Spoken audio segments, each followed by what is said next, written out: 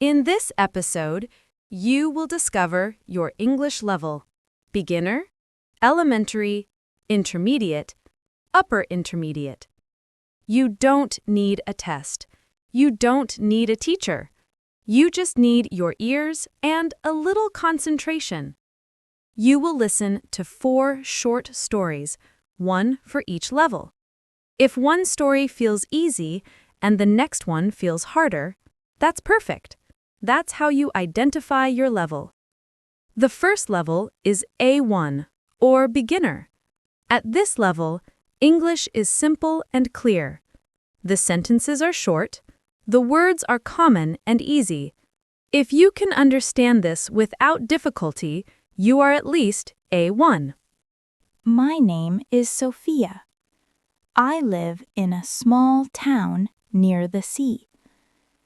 Every Saturday morning, I go to the market with my brother. We walk there together because it is close to our house. The street is quiet in the morning. I like the fresh air. At the market, we see many people. Some sell fruit and vegetables. Some sell bread or cheese. I always buy apples because I like them. My brother buys bananas. We talk to the sellers. They are friendly and smile a lot. I say, "Good morning. How much is this?" They tell me the price, and I pay. After we finish shopping, we sit on a bench. We drink orange juice and watch people walking. I feel happy because the market is colorful and full of life. When we go home, I help my mother in the kitchen. We wash the fruit and put everything away. My mother says, "Thank you for helping." I smile. I like Saturdays. All right. If you followed this story easily, congratulations. Your English is at least A1. You can comprehend short sentences and familiar topics. Now let's move on to A2, elementary level. Here, English becomes a little richer and more connected. Sentences are longer, and you will hear more about daily routines, plans, and activities. If you can understand this story without much effort, you are at least A2 level. My name is Daniel. Last month, I moved from a small village to a bigger city because of my new job. At first, everything felt strange. The streets were louder, the buildings were taller, and there were people everywhere. I now live in a small apartment on the 3rd floor. It's not very big, but it's cozy and bright. From my window, I can see a busy street with cafes and shops. Every morning, I hear buses passing by. I start work at 9 o'clock, so I leave home around 8:20. I usually take the metro because it's fast and easy. At work, I help customers in a mobile phone shop. I answer questions, fix small problems, and show people how to use their phones. My colleagues are very friendly. We often have lunch together in a small restaurant next to the shop. We talk about our plans, our families, or funny stories from work. After work, I try to enjoy the city. Twice a week, I go to a language class because I want to improve my English. On other days, I walk around and explore new places. Sometimes I sit in a cafe after work and watch people passing by. Moving to the city was a big change, but I'm slowly getting used to it. I think I will like this new life. Great! If you understood this story clearly, excellent work. Your English is at least A2. You can follow connected sentences about routines and everyday topics. Now, let's move on to B1 intermediate level. At this level, English becomes more detailed and a little more challenging. You will hear longer explanations, opinions, and small problems or situations. If you can understand this next story with only a little difficulty, then your level is at least B1. My name is Clara, and I work as a nurse in a local clinic. My job is rewarding, but some days can be very stressful. Last Tuesday was one of those days when everything seemed to go wrong. I woke up late because my alarm didn't ring. I rushed out of the house and forgot my lunch on the kitchen table. When I arrived at the clinic, there was already a long line of patients waiting. One colleague was sick, so we were short-staffed. Before I even had my first cup of coffee, I had to help a man who came in with a deep cut on his hand.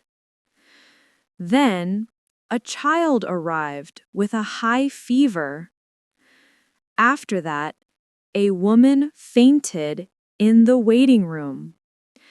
I had no time to sit down or breathe. By lunchtime, I was exhausted, but determined to stay positive.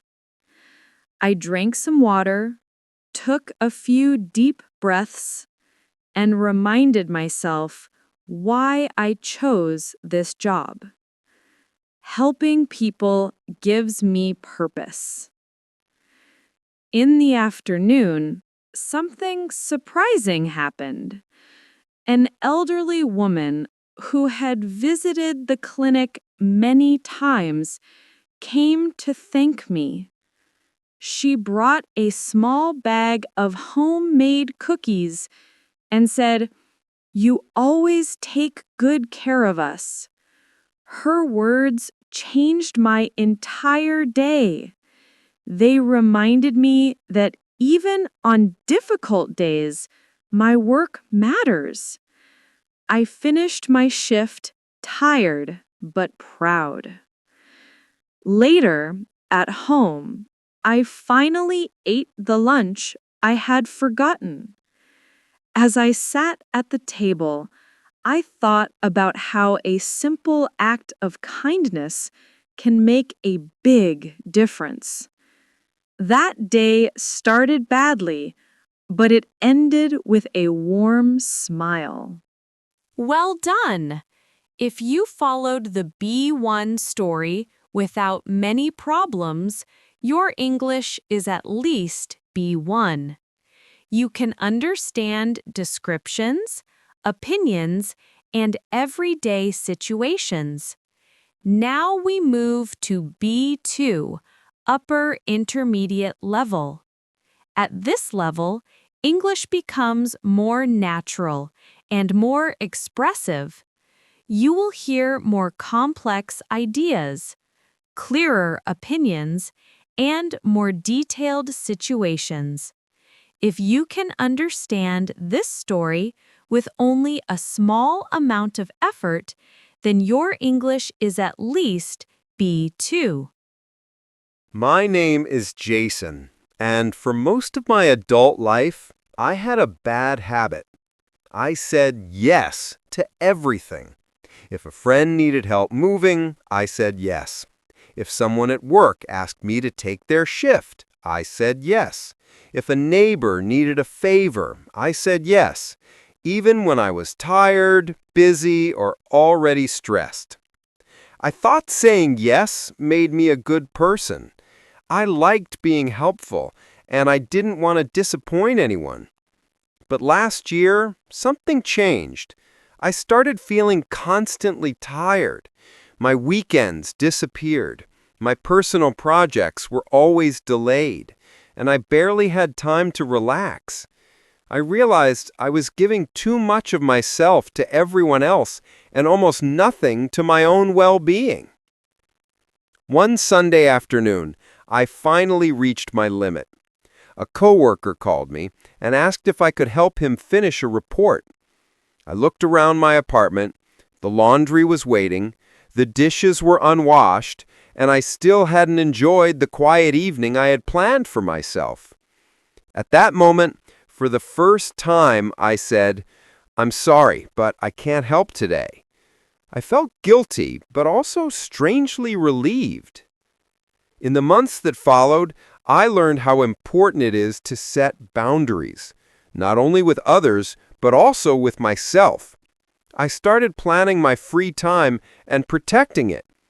At work, I became clearer about what I could and couldn't do. I noticed that when I respected my own time, other people started respecting it too. Saying no didn't make me selfish. It made me healthier, calmer, and more focused. I still help people, but now I choose when I can genuinely do it.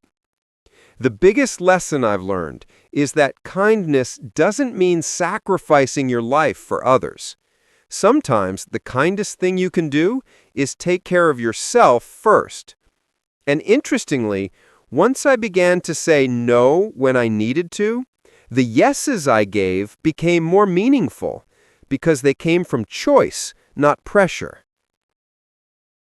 Great job! If you understood the B2 story with confidence, your English is at least upper intermediate. That means you can follow clear explanations, detailed ideas, and more complex situations. Now, above B2, we have two more levels, C1 Advanced and C2 Expert. These levels include more abstract topics, deeper arguments, and faster, more natural English. In this episode, I focused only on the first four levels, A1, A2, B1, and B2. But if you feel the B2 story was easy, then you should start checking C1 and C2 content. Those levels will challenge you more and help you keep improving. You've listened, focused, and tested your understanding through 4 different English levels. Maybe one level felt easy and another felt a bit challenging. That's completely normal. Language learning isn't a straight path. It's a journey of steady growth. Thank you so much for listening to this episode here on the Growth English channel. Before you go, share in the comments which level was the hardest for you. I'd really love to see how you did. Keep learning, keep practicing, keep improving. And remember, fluency isn't a finish line. It's a daily habit. Until next time.